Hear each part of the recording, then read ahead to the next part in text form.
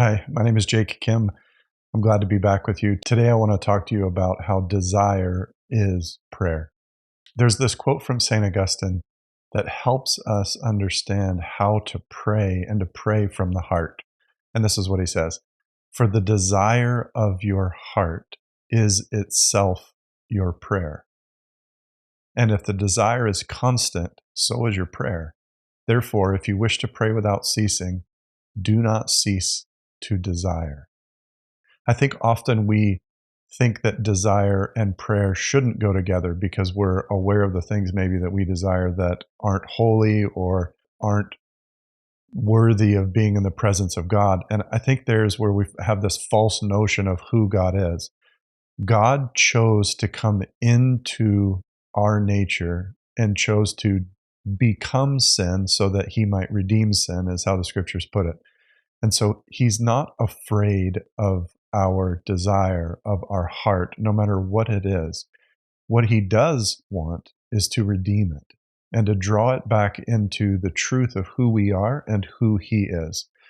And so we have to be okay with the desires of our hearts, speaking them, acknowledging them, bringing them to God in prayer. GK Chesterton has this quote that I like, and he says, "All men can be criminals if tempted. All men can be heroes if inspired." And I think right there is the point that a lot of us struggle with. That concept of desire is what maybe tempts us, and that's what makes us do things that we're not proud of, that we don't like. But the exact same thing is what makes us heroes, because we're inspired to do something good, something great even.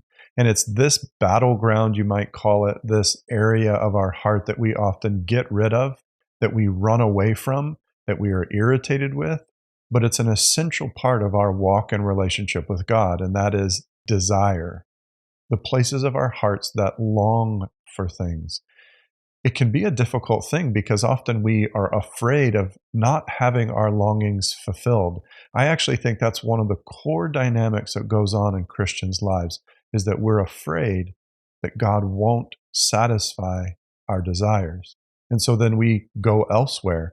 We feel like we have to manage our own desires. We have to make ourselves happy because we don't trust that God will. And often what's happening in that space is we have misaligned values about what actually satisfies.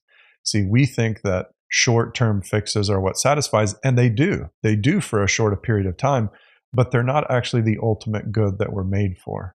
We are made for love, and we're made for real love, not cheap love, not momentary love. We maybe use the word love, even though that's not actually what it is.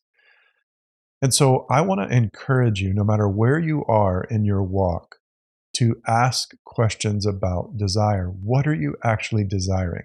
See, I have a belief that at the heart of it all, and I'm with Thomas Aquinas on this one, that everything that we desire is ultimately for a good. Even if it seems really bad, I think underneath it all, we're actually desiring some sort of good. And so pressing into our desires is an incredibly powerful and worthwhile form of prayer. It is a great place to relate with God. So let's ask ourselves, what inspires us? What inspires you? What are you moved by? What makes you come to life? When is the last time you have been really motivated to do something? And what does that tell you about yourself, about your heart, about your relationship with God? Ask yourself the story of that desire or of desires in your life. What's happened to desires for you? Have you been told and taught that they'll never be satisfied? Have you been shamed for them?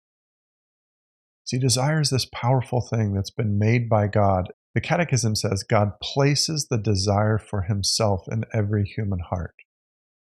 We're made for God. Augustine goes on in this famous quote, "We are restless until we rest in him." And all of that restlessness is this movement and dynamic of desire. We cannot run from desire and expect to be a Christian who's fully alive. Desire has to be present because it's about being inspired.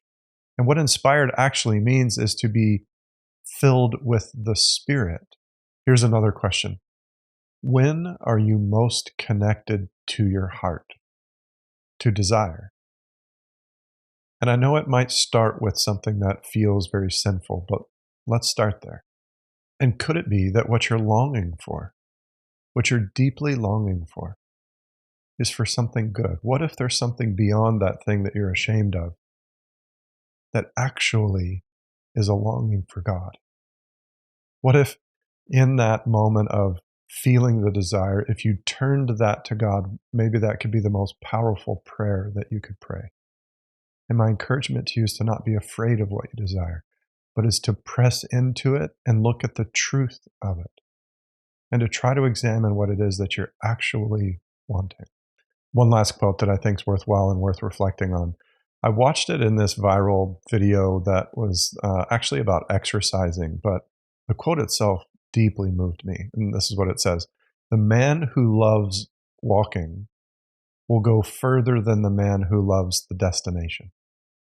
And I think this relates exactly to this area of desire, because usually what we're thinking is, I just want to get my desire fulfilled. I just want it to be over. I just want to be satisfied.